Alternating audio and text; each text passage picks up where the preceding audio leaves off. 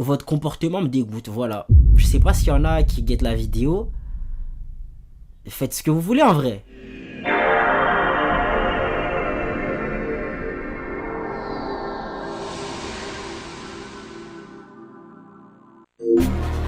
Je leur fais du sale même si j'en ai pas envie.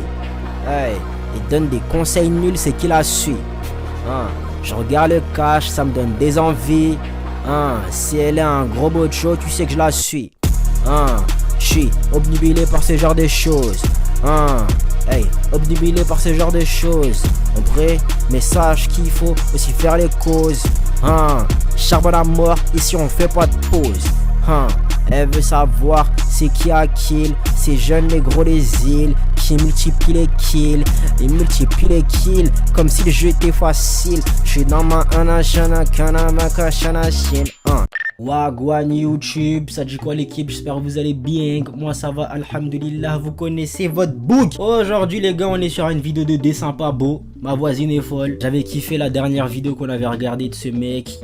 C'est drôle, c'est parfois intéressant. Dans la vidéo qu'on avait regardée, c'était intéressant. Il y avait pas mal de choses à dire. Donc installez-vous confortablement, petite boisson, petite collation. C'est parti, let's go, on va regarder ça. Punaise, je l'ai mal fait. C'est parti, let's go. À une certaine époque, avoir de bonnes relations avec ses voisins était un truc super important. Et cette époque n'était pas très lointaine vu que c'était juste avant le Covid.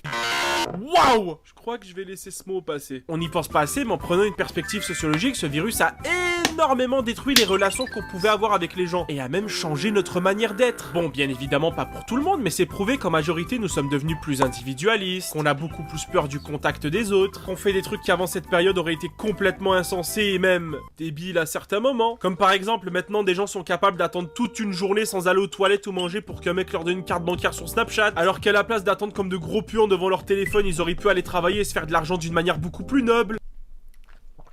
J'ai jamais été dans ce délire de ouais, Nasdaq il va mettre sa carte, Nasdaq il va mettre sa carte, les gars. Je trouve ça pathétique. Non, je vais vous le dire les gars, je trouve ça pathétique. Allez faire vos tals. Au lieu d'attendre que Nasdaq... Hey, je saurais pas comment... décrire comment je vous vois à mes yeux. Genre... Voilà, elle est bizarre cette phrase. Je ne saurais pas comment décrire comment je vous vois, mais votre comportement me dégoûte. Voilà. Je sais pas s'il y en a qui guettent la vidéo. Faites ce que vous voulez en vrai. Faites ce que vous voulez.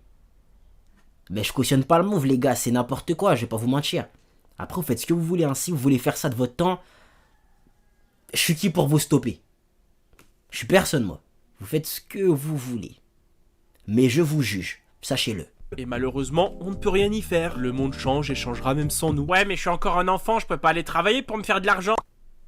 Quoi? Je me rappelle qu'à l'époque, lorsqu'on avait déménagé dans l'appartement de mes parents, pendant toute une semaine, des gens du voisinage venaient nous voir pour nous souhaiter la bienvenue, en nous donnant du chocolat ou des biscuits. Et tout ça sans qu'ils soient guidés par des préjugés ou la peur de voir des gens différents d'eux. Et c'était incroyable. On nous avait même donné du miel qui venait d'une ferme hors de Montréal. Je pourrais me baigner dans du miel. Mais aujourd'hui, lorsque tu déménages dans... Je vous mens pas que... En ce moment, j'ai développé une méfiance des êtres humains. Je sais pas si en ce moment, je crois c'est... Je sais pas quand est-ce que ça a commencé, mais je suis extrêmement méfiant des gens que je ne connais pas. À partir du moment où je commence à un peu parler avec eux, que je commence à, voilà, découvrir un petit peu, je sais pas, ce qu'ils racontent, ça, tout ça et tout, ça se débloque. Ça se débloque, ça et tout. Mais... à premier abord, quand je ne connais pas les gens, je me méfie trop. Je me méfie trop. Et comment dire? Exemple, je ne prends rarement, voire jamais les gens en stop. Hier, j'ai pris quelqu'un... Non, c'était hier, avant-hier. Avant-hier, j'ai pris des gens en stop. Parce que voilà, je sais pas ce qui m'a pris ce jour-là. Je me sentais de le faire. Et le trajet était pas long, Dieu merci. Tu vois? Mais je l'ai fait. Mais généralement, ils vont juste me regarder passer. Hein. Je ne fais confiance à personne, les gars. Je ne peux pas leur faire confiance. Voilà. Je suis désolé. Il y a des humains de ouf dehors. Pendant tout le trajet, je vous mens pas que Pendant le trajet, je vous mens pas que je me suis imaginé que ouais, ça se trouve, la meuf derrière, elle va sortir un couteau, elle va me taillader. Tu vois, elle va commencer à m'ouvrir, elle va m'ouvrir la gorge. Ça part loin dans ma tête, ça part très loin. Ça pour dire que... Ah oui, ce que je voulais dire en gros, c'est que si il y a des voisins qui m'offrent des trucs, il y a moyen que j'y touche pas. Il y a moyen que j'y touche pas.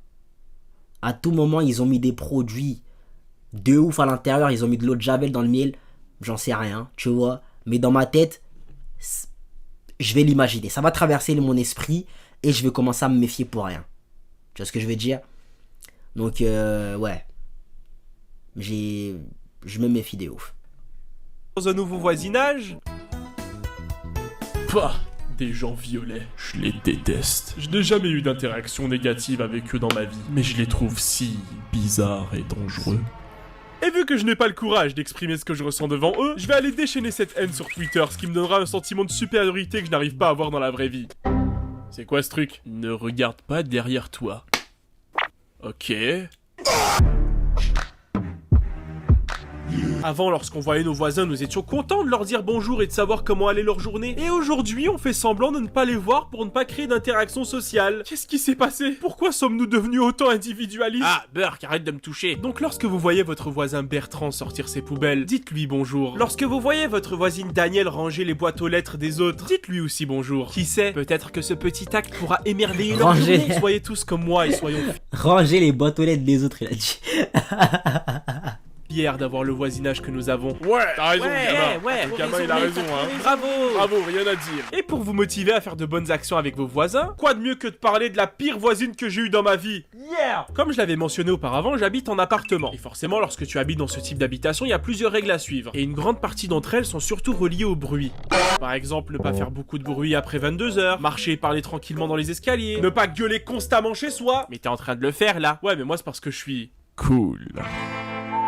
Et ma famille et moi, jusqu'à maintenant, nous avons toujours respecté ces règles. Vu que si les autres les respectent, et ben le minimum c'est de faire la même chose aussi. Personne ne s'était plaint contre nous et on avait de bonnes relations avec nos voisins. Tout ce qu'une famille peut espérer, pas vrai? Mais un jour, ma mère ouvre la porte pour sortir faire des courses et on voit une lettre de notre voisine qui était collée à cette dernière. Ma petite maman l'ouvre et on voit un énorme paragraphe qui faisait facilement 5... La vérité, je lis pas, wesh. La vérité, je lis pas. T'es fou, quoi, wesh. Je vais lire sur les grandes lignes comme ça. Tac, je prends les informations qui m'intéressent. Je vais pas lire tout ça, wesh, t'es fou, quoi. C'est un truc à me dire, tu toques à ma porte, tu me le dis. C'est quoi ce move de baltringue à poser une lettre? Viens, on se parle.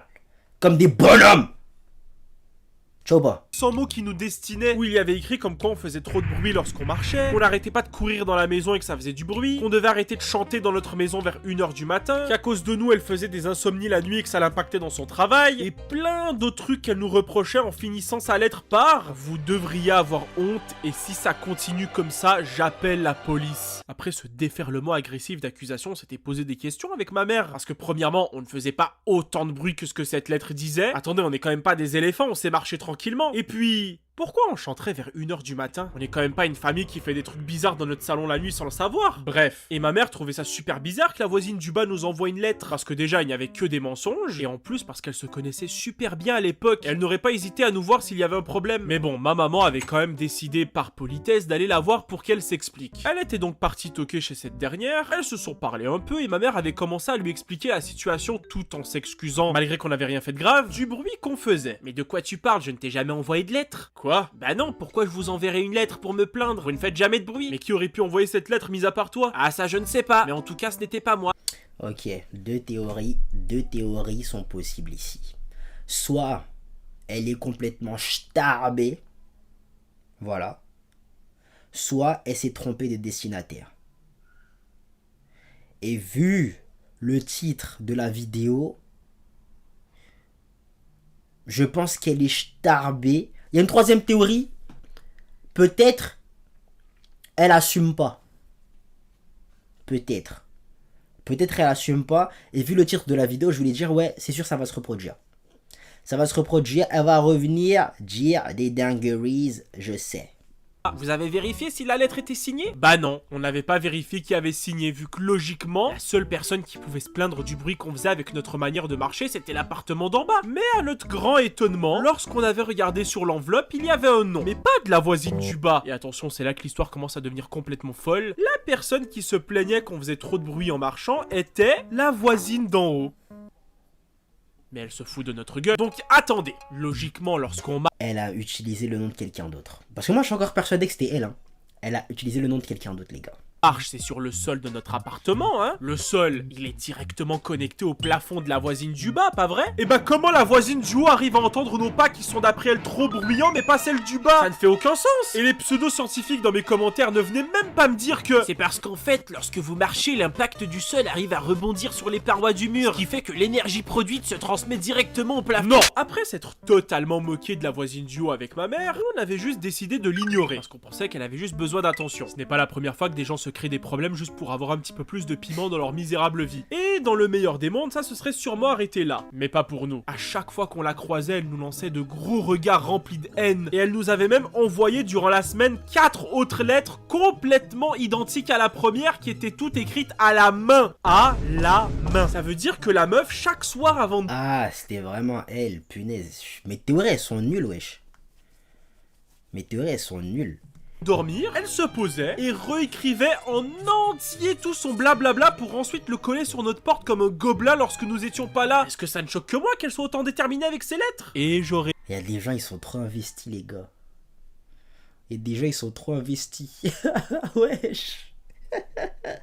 aimé que ça ne soit que ça, parce que lorsqu'elle a vu qu'on l'ignorait complètement, un jour elle avait décidé de nous pourrir la vie en faisant elle-même du bruit. Elle courait dans sa maison, elle déplaçait des meubles, elle sautait partout, elle faisait tellement de bruit que les murs tremblaient. C'était horrible si on voulait essayer de se concentrer, mais c'était la goutte de trop. Parce que bon, c'est bien mignon de nous envoyer des lettres à chaque fois, mais cette dame ne connaissait pas ma mère. Lorsqu'elle avait recommencé à faire du bruit lorsqu'on voulait se coucher, ma maman s'est levée pour aller bien lui parler. Et de ce que j'ai entendu, waouh! Tout ce que je peux vous dire, c'est qu'à la fin, la voisine était en train de pleurer toutes les larmes de son corps en s'excusant de ce qu'elle nous avait fait subir. Puis ma mère avait menacé d'appeler la police, vu que premièrement, elle nous harcelait avec ses lettres, que deuxièmement, la voisine du bas était prête à témoigner avec ma mère pour prouver qu'elle était complètement folle. Et pour finir, ma mère, durant la journée, avait enregistré tout le vacarme qu'elle faisait pour nous déranger. Bon, j'imagine que la police n'aurait rien fait, mis à part lui donner un avertissement ou nous demander si on voulait porter plainte. Mais c'était suffisant pour qu'après cet événement, elle devienne super gentille avec nous. Mais bon, on a toujours un œil sur elle. Comme quoi, dans la vie, si vous voulez régler des problèmes, utilisez la violence.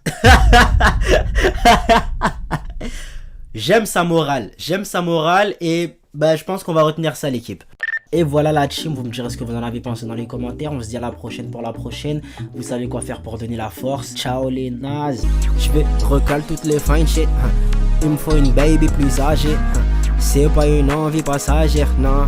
Avec elle, j'ai envie de m'engager, hey. J'ai envie de m'engager. Je veux qu'on ride, qu'elle soit du côté passager, hey. Côté passager, que ça soit du côté passager. Yeah, j'aime les fine shit, oh oh. J'aime les oh oh oh shit, oh oh. J'aime les oh shit, oh oh. J'aime les oh shit, oh oh. J'aime les cougars, hey. Vas-y regarde, j'en ai rien à cirer, moi j'aime les cougars, huh. Yeah, vas-y regarde, huh. Les cougars,